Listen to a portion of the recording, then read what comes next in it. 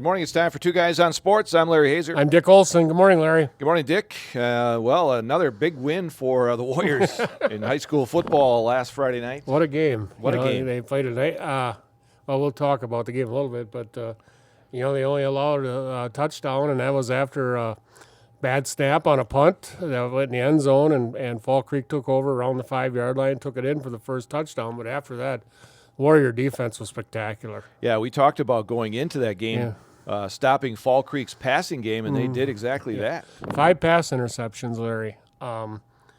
Braylon Boyer with 2, Jace Peckel, and then Austin Gross with 2 big ones at the end. And the second one, of course, he took back to the house for a pick 6. So And that was kind of the talk of the town there, was that call of that interception return that we had there. So in case you may not have heard it, here it is, the call of the pick 6 by Austin Gross last Friday against Fall Creek. Kurtz out of the shotgun. Kurtz looking, throws it upfield. It's picked up! It's going to be a pick 6! Austin Gross with a pick 6! Austin Gross picked it off! 30 yards! Pick 6 and the Warriors with an 18-7 lead. Yeah, we got a little excited there. yeah, on that and call. I never realized how many people were listening either. Yeah. But I'm really happy for Austin Gross. He's switched actually, to a new position on offense this year, and he's doing very well in the offensive line. And he has been a stud with Peckel at that inside linebacker position. They have really been so stout against the run, and this week they showed what they can do at the pass. They intercepted 5 passes. They have intercepted 13 passes on the year, Larry. Yeah, that's got to be up there. In 4 games. That's probably as good as it can get. In the state, So we were worried about the defense, pass defense. Yeah.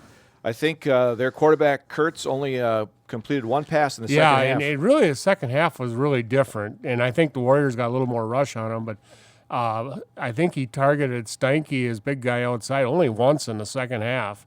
And Watke, the other outside, he hardly had any targets all night. So, but he was trying to go inside, into the backs and stuff, and just had a rough night. He started getting rushed, and I think he panicked. And of course, they don't run the ball much, so they tried, but they weren't really that successful. So, and from what I understand, Neillsville Granton's they switched their defense a little bit.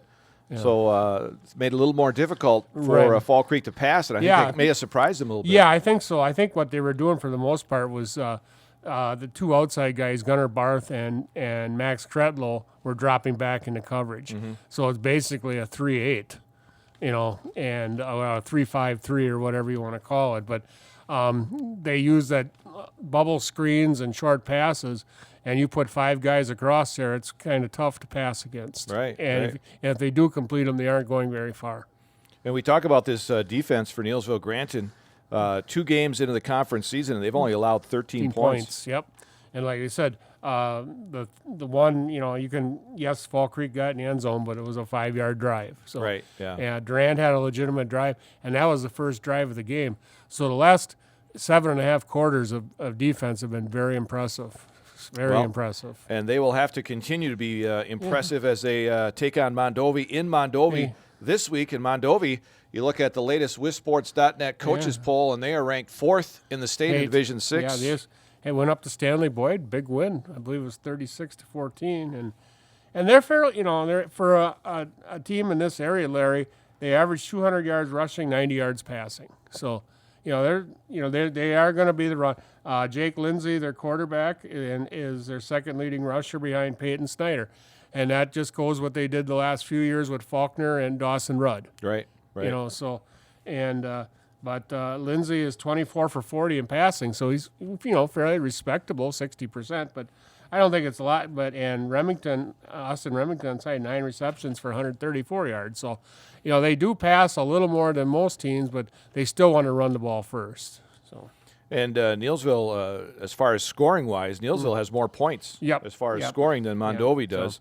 So, it'll be interesting. The Warriors are giving up on the year 56 yards passing a game, 86 yards rushing. So, 142 yards on offense a game. That's pretty good. Yeah, good. that'll win you some ball Yeah, games. so I guess, if you have to say anything bad about the game, Larry, is the Warriors were penalized way too often. Yeah, 9 times Yeah. in that game. And a lot of majors. Yeah. Yeah, holding. And in the third quarter, things got a little chippy, and there were a lot of unsportsmanlike conducts. And I guess you just got to learn to walk away from some of that stuff. So And they did. I mean, After- we thought the game might get away from them, and it didn't. And the last half of the third quarter and the fourth quarter, they turned their attention back to the ball game, and they dominated. Yeah, So, yeah. yep, so. And we talk about Peyton Snyder, who leads that Mondovi team. He had 162 yards rushing Yeah. against Stanley Boyd.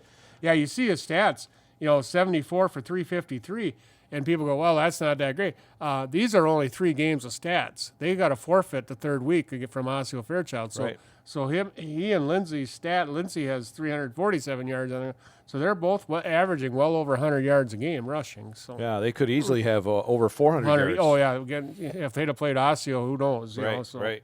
So All right, so week, what are we in, Drew, now? Week 5. 5. Week Ooh, 5 of wow. the high school Yeah. football season, and we turn our attention to some games tonight in the 8-man realm. It's Thorpe at Alma Center Lincoln, and McDonald is at Bruce. Yeah, Thorpe at Alma Center Lincoln should be a very good ball game. And if Alma Center Lincoln is like they are in the past, they throw the ball pretty much all the time. So, Yeah, Thorpe currently ranked 5th in the state in 8-player football, and McDonald is ranked 3rd Yep, right so- now in so. 8-player.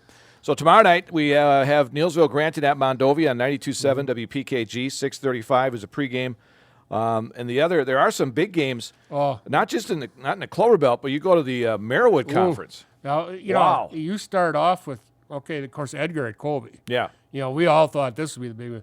But Pittsville at Auburndale is going to be a dandy, too. Pittsville is put up a remarkable lot of points Yeah. here early. And I think you look at the standings of the Merriwood, Larry, all the teams are 2-0 in conference Yeah. because they swept the Central Wisconsin Small Conference because Yeah. they played 2 crossover Yeah. games.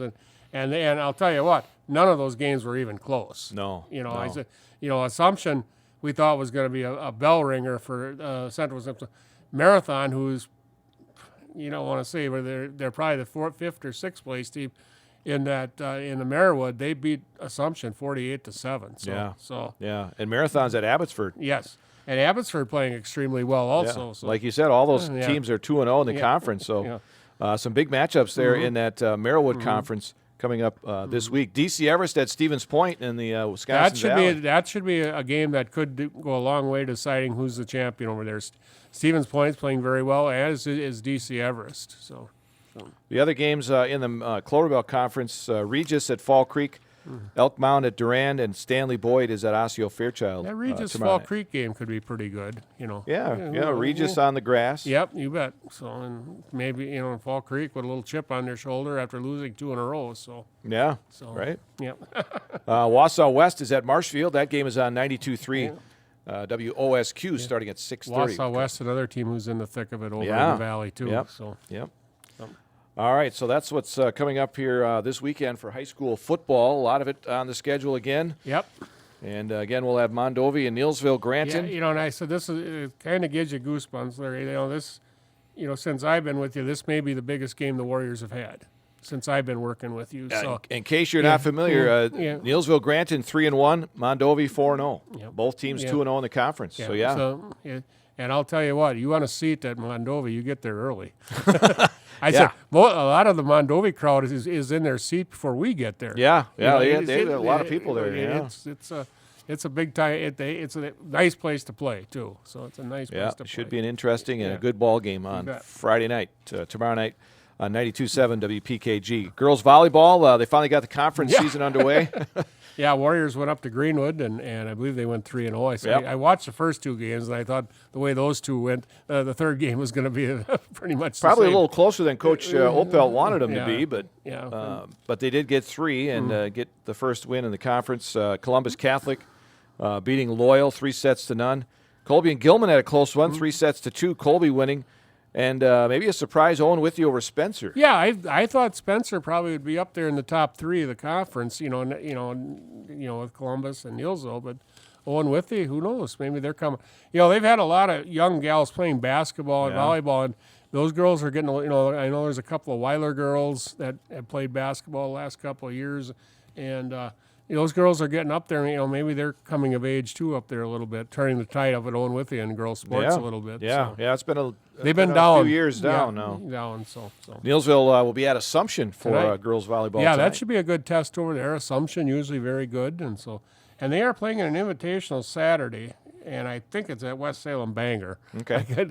They listed the teams, but they didn't list the location Where it's But at. the huh? way the schools were listed, I said this has got to be West Salem Bangor because there were schools coming from the southern and south of West Salem Bangor and Neillsville. Well, I know on the Neillsville schedule they had them listed at Sparta, but I thought they played at They had Sparta Sparta last weekend. Yep. Yeah, this one is listed, and maybe it isn't, but it's on the school calendar that it's an invitational. But and as far as I could see, it was at West Salem Bangor, Okay. or West Salem probably. All right. Yeah, Well, that's or coming up. Bangor. Yeah, I imagine they're not co-op for volleyball. So It's coming up on Saturday Yep. for girls volleyball. Cross country, they had the big meet Tuesday down at Levis Troll-Mounds Recreational Area.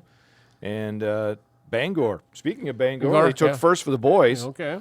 And Marathon, Toma, Mondovi, and the Chippewa Valley Lightning Bolts were in the top 5. Neillsville Granton finished 9th. Okay. Landon Clark of Mondovi was the top finisher. Connor Genneman of Loyal Greenwood finished 3rd. Okay, he's having a nice season. Yes, he is. Top finisher from Neillsville Granton was Will Drinka, who finished 11th. And he's doing all right too. He placed 11th over at that meet at over Labor Day weekend over at Big One at Marshfield, and so he's working his way up. He should be one of the better runners in the conference, I would think. Probably close to being all conference, and so. By the way, that volleyball is at West Salem. Okay. Well, it's West Salem Bangor, so I'm assuming it's at West Salem So okay. for Saturday. And then they are at Colby Monday night too. So. Okay. Oh, yeah, that's right. They had that switched. Yes, it was they did. originally scheduled for Tuesday, and Yes, they switched it to did. Monday Yep. So. for girls volleyball. Yep, so. On the girls' side, by the way, at that cross-country marathon was the top team. Neillsville Granton finished 7th. Anna Frank from Bangor was the top individual. Summer Smith from Loyal Greenwood 4th. Okay. And Izzy Sonentag of Cadat was 5th. Izzy just a sophomore, and she's just an all-around athlete, cross country, wrestling, and track. Yeah. Pretty interesting combination, but she does pretty good at all three because she was very in track last year. She was pretty dominant at the Clover Bell Conference meet. Some of them Mentioned her name a lot. Yeah. and then she was second in the state in wrestling. So she's a tough kid, and of course she got a good wrestling name too. Yeah, Sonnentag, right. So. Yeah. Clarissa Canfield of Neillsville Granton was a top individual for them with 46th was the finish Okay. there for her. And then their next meet is hosted by Marshall Columbus, and that is at River's Edge. Okay. And is that tomorrow? I think. Well, I didn't write the date down, so. we'll check on it here, see what's going on. In the meantime, did you hear about the WIAA meeting tomorrow to possibly go back to quarters? But the way I looked at, from what I read into it, Larry, a majority of coaches were not interested in doing that. No, So. but they are going to meet tomorrow, and if a formal proposal is made by the board members, then it would initiate the rules change cycle and go through the committee process. So. But I read somewhere 68% of the coaches that were surveyed were not in favor of switching. No, so. no, it doesn't look But, like it's going to be. If you're switching just for the case of switching, Larry, I don't see the point. But Well, there's a rule. It's a 481 rule that they're talking about where they're going to do the double bonus. Okay. Or 2 shots. It's something with foul shots that Okay. some of these coaches want, and they wouldn't have it with the halves. That they okay, would have you with had the to have it quarters. at the quarters. And then you have the timeout, the extra timeout with the end of the quarter that teams have. But Okay. I don't know. It's There is some merit to it then. So. but like you said, most of the coaches are in favor of not Yeah. switching that. Right. By the way, that cross country meet is next Thursday. Okay. 21st is going to be at Fry Field Oh, okay. over in Spencer. All right. Where did I thought I seen one there at River's Edge, but maybe I was wrong. I don't see it listed here Okay. on their schedule. Maybe it got changed too. So. Change that. Check that. You are right. Oh, Friday. Friday. Tomorrow. Okay. I look at it right here. Yeah, I and I never expected to have a cross country meet on a Friday. That's usually a Tuesday, Thursday thing or a Saturday. Yeah. Fridays are usually football, but yeah. Yeah. Cross country. It's actually tomorrow night. Yeah. Over at River Edge. River's Edge. There you go. And it's good to know I'm not losing it. Yeah. No, you're not. You're still in it. You're still with us. Okay. All right, where are they now? Let's head somewhere. I'm going to Colby, Larry, All right. and I'm talking about Kirk Baumgartner. Oh, yes. And Kirk was a 1986 graduate of Colby High School. Kirk was a 3-year starter on the Colby football team. His sophomore year, Colby was 6-3. Kurt was an honorable mention pick at quarterback on the Clover Belt All-Conference team. His junior year, Colby was 8-2 on the season, finishing second in the Eastern Clover Belt and qualifying for the WIA playoffs, where they were defeated in the first round. Kirk was first-team All-Conference selection on the Clover Belt All-Conference team. His senior year, Kirk was 11-1 on the year. Colby was 11-1 on the year. Kirk was a quarterback on that team. They were Clover Belt Conference champions, qualifying for the WIA Division IV playoffs, where they would win quarterfinal and semifinal games before losing in the championship game to Westby 23-20. Kirk was first-team All-Conference as a quarterback and second-team as a defensive back. He was a Channel 7 All-Stars quarterback and honorable mention All-State. He was also selected to play in the Wisconsin Football Coaches Association All-Star game that year. In the winter, Kirk was a 3-year letter winner on the Hornet basketball team. His sophomore year, the Hornets were 12-9. Kirk averaged 8 points per game. His junior year, the Hornets were 14-8. Kirk averaged 12 points per game and was honorable mention selection on the Eastern Clover Belt All-Conference team. His senior year, Colby was 11-10. Kirk averaged 14 points per game and was a second-team All-Conference selection. In the spring, Kirk was a 2-year letter winner on the Colby baseball team as a pitcher and outfielder. After high school, Kirk enrolled at UW-Stevens Point and joined the Pointer football team. His freshman year, the Pointers were 8-4, qualifying for the NAIA playoffs, where they lost to Concordia in the first round. Kirk completed 121 passes out of 262 attempts for 1,738 yards and 15 touchdowns, and was honorable mention selection on the WIAC All-Conference team. His sophomore year, the Pointers were 12-3, qualifying for the NAIA playoffs, where they lost in the national semifinals to Pacific Lutheran. Kirk had 332 completions out of 659 attempts for 5,127 yards and 40 touchdowns. He was first-team All-WIAC selection. He was a first-team NAIA All-American and Football News National Player of the Year. His junior year, the Pointers were 7-4. Kirk completed 276 passes out of 527 attempts for 3,828 yards and 25 touchdowns.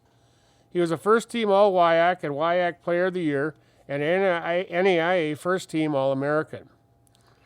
His senior year, Point was 8-2-1. Kirk completed 268 passes out of 501 attempts for 4,104 yards and 42 touchdowns. He was first-team All-WIAC and WIAC Player of the Year, and he was first-team NAIA All-American and Football Gazette's National Player of the Year. Kirk ranks first all-time on just about every Stevens Point passing record. In career totals, he had 1,949 attempts, 997 completions, 14,847 yards, 122 touchdowns, and 20 300-yard passing games. He also holds a single-game record for touchdown passes with 8, most passing yards in a game, 523. His 1987 totals of 659 attempts with 332 completions for 5,127 yards are all single-school records for the Pointers. Kirk was elected to the Stevens Point Athletic Hall of Fame in 2001 and the National Football Foundation Hall of Fame in 2005. After his eligibility was done, Kirk was drafted in the 9th round of the 1990 NFL Draft by the Green Bay Packers, but was released at the end of training camp. Today, Kurt is a senior partner for KKB Trucking, a delivery service that serves northern Wisconsin and the Upper Peninsula. Kurt and his wife Lena and their family reside in the Medford area. Kurt's son Logan is a chip off the old block. He was all-conference quarterback and defensive back in the Great Northern Conference last year. He was also all-conference pitcher and outfielder for the Red Raiders in the Great Northern Conference. But his best sport was basketball, where he was a 1,000-point scorer and Great Northern Conference Player of the Year and 2-time Channel 7 All-Star. He will play at Stevens Point like his dad, but his sport will be basketball. Okay. So Kurt Baumgartner. Kurt Larry. Baumgartner. Wow, that guy was amazing. Oh man, you go into the Stevens Point football record book and it just 14,000 yards. yeah 5,001. Yeah, that probably will never be broken. No, I don't think so. College I football. said 42 touchdowns. Man, I said, wow. He had an arm. Oh well, just I remember watching him when he was in Colby. Yeah, and then watch him play softball after his career was Oh, over. yeah. The man could throw. He could throw. Yeah, he had an arm. yeah. I don't know what he got up to when he pitched, but I don't know, but he had to get up there in Yeah, the they 80s. really had a tandem in those days because they had him and Russ Morrow, and Russ Morrow yeah. pitched at Stout, and later on for the Chaparral, that Russ Morrow was around 90 miles an hour too, but yeah. didn't have much else besides the two of them. No. All right, there we go. Where are they now here on the show? Speaking of D3 football, the top 25 came out. The top 3 pretty much the same: North Central Illinois, Mount Union, and Wartburg. Whitewater moved up 4 notches after they beat St. John's. Beat them handily too. Yeah. Yep. So they moved up to 4, and now they have Mary Hardin Baylor of Texas. And they beat La Crosse last weekend. And that game was at Texas. Yeah, and Mary Hardin, they beat Baylor, La Crosse 28-21 last weekend. So. Yeah, that moved La Crosse out of the top 10. They're Right. down to number 14 this week. UW River Falls moves up a couple of notches to number 7. Yeah, they've had a good preseason, and I believe they beat Mary Hardin from Baylor earlier. So. All right, there you go with college football. The Brewers, they got a series with the Marlins. Yeah, And I tell you, some of those guys they picked up are starting to come around and do Yeah. some things for them. Yeah, Canna has just been tremendous, Yeah. and I think, and of course Santana, he was an upgraded first base so in the field, and he's also doing well too. But hey, it's interesting. I like what they did with bring Josh Donaldson in, get a little more power in there, and he's always been a pretty decent third baseman. If not, he can be your DH. But Just leadership. yeah, leadership too, and he had a hit the first night and 2 hits the next night, including his first home run. Yeah, with the Brewers, yeah. And what can you say about the starting pitching? I said you feel bad for the game Burns pitched on Sunday. Yeah, the only problem with the starting pitching is they're pitching really well, but the Brewers aren't scoring their runs till late. Yeah, I said, but Burns had to match up with Garrett Cole too. So, yeah. but That was quite a matchup. Yeah, it was quite a matchup. They were throwing some seeds. They were, but Woodruff looked tremendous on Monday, and that was big too because they used pretty much the bullpen to get through the 13 innings in New York, and then Peralta went another 6 1/3 yesterday. So, so it was, we'll see. Tuesday, excuse me. So, but we'll see. They finish up today, at I believe 1 o'clock today. Yeah, and it's getting down there because the playoffs begin in about 3 weeks. Yeah, they right now they're still sitting up on the Cubs. Excuse me. Yeah. They finish with the Marlins, and then the Nationals come in for 3 this weekend. But then next week they've got to go to St. Louis for 4 and Miami for 3. And that could be the tail of the tape here at the end of the season. We'll see. But they've been playing really well on the road. Yeah. And their pitching staff, Adrian Hauser is coming back today, I believe. He's going to pitch. So, Okay. So right. we'll see. But, Miley's been pitching well. And, for the most part, the bullpen's been pretty solid also. Mm-hmm. So Yeah. And if the playoffs started today, the wild card round would have the Brewers against the Diamondbacks. Yeah, and the Diamondbacks would come out with 2 pretty good starters. Yes. So there'd be some pitching in And that those one. are best of 3. But all 3 games would be in Milwaukee. Really? I believe so. Okay. I believe all 3 games would be in Milwaukee. So Okay. So- All right. so Yeah, the Brewers would be the 3 seed in the Yeah. National League. right. So Phillies and Cubs would play each other. right. It'd be a That series. would be some runs scored there. Yeah. But, yeah, because of course Atlanta and Dodgers would get byes the first round. So but. And Atlanta is just I said, They are so everybody's hesitant. been talking about Ronald Acuna, and with good reason. But there's another guy in that team that should be in that MVP talk, and that is Matt Olson. He's got 51 home runs. And he's also, I think, up there in RBIs. Yeah, he's Near the top. Yeah, he's right. Yeah, he's right at the top of both.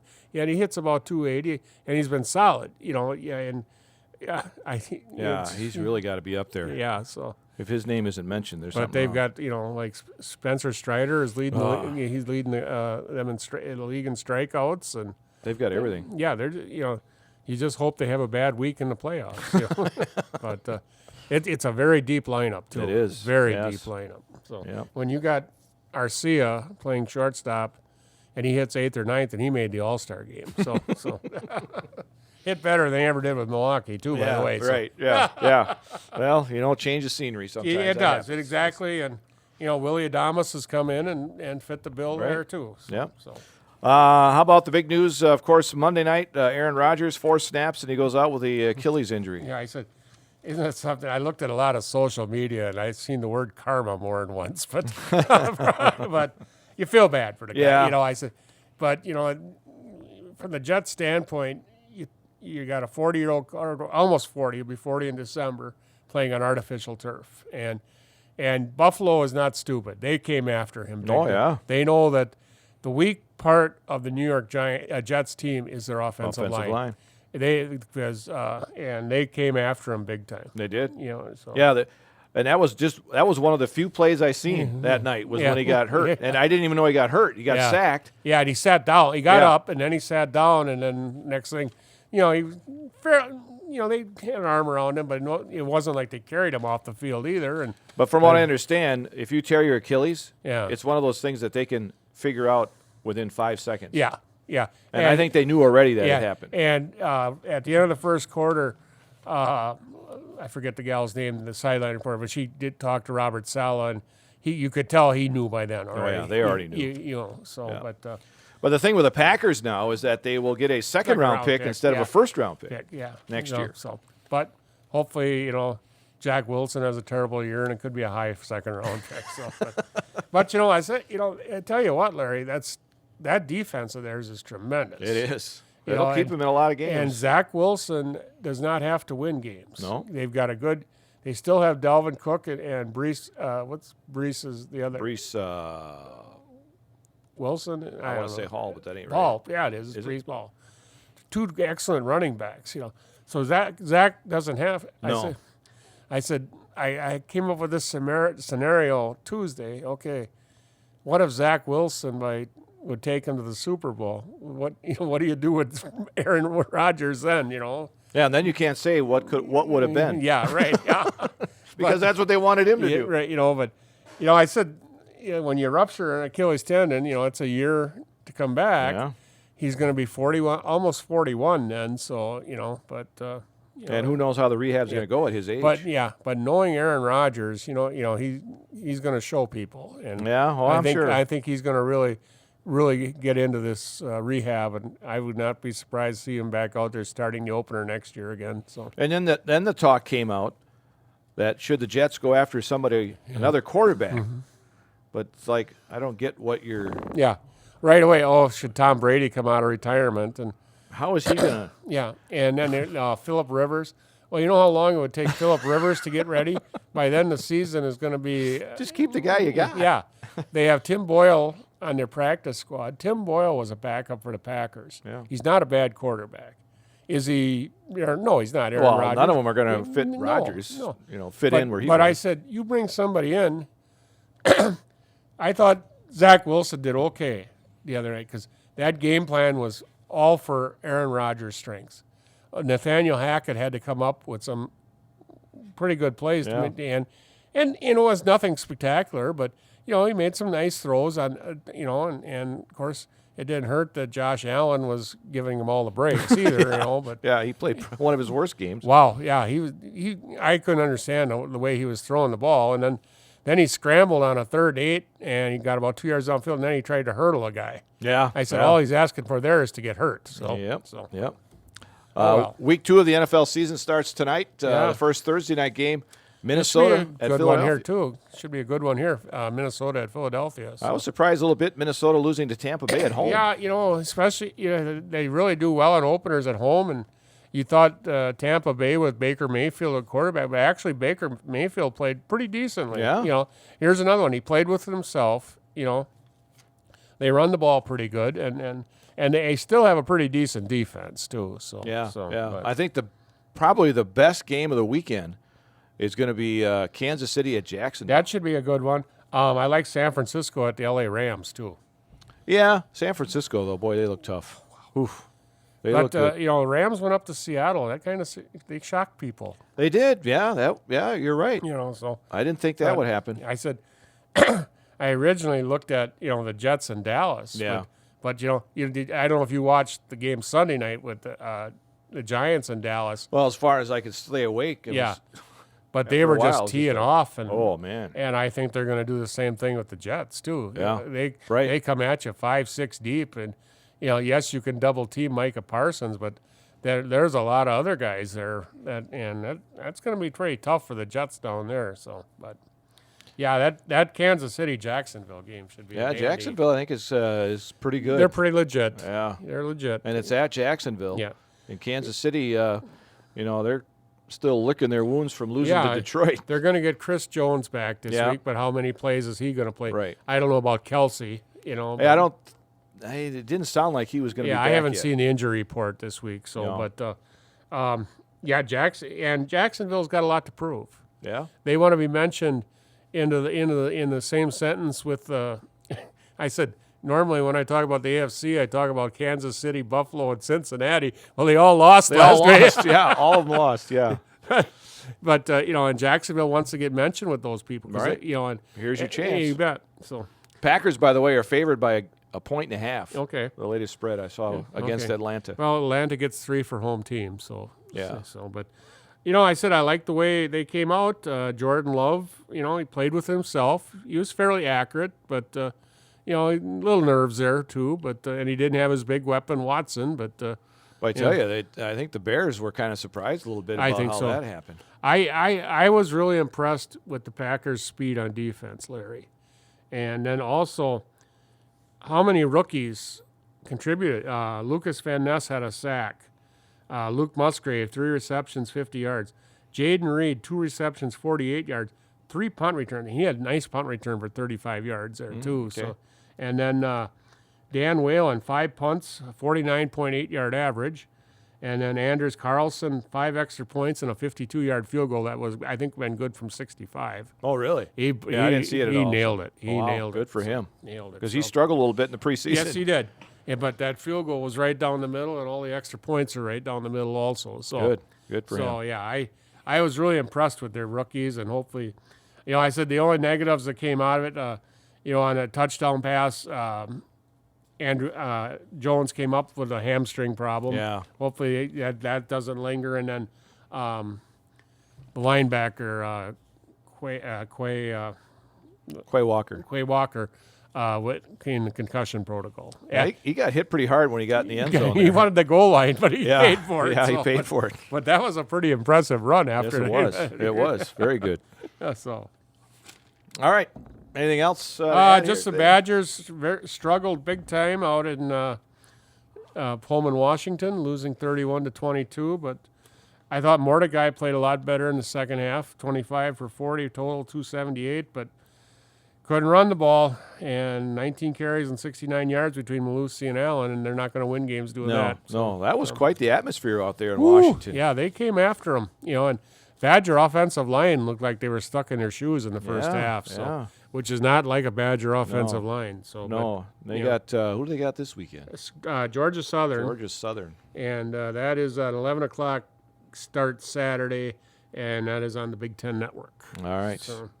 Well, see if they can get it back under control. Yeah, I said it's still a work in progress. But, Yeah. But they came down. They got it within 24-22, a 2-point conversion, but you listen to people. It was a Pac-10 refs, and I don't think they were totally unbiased. Yeah.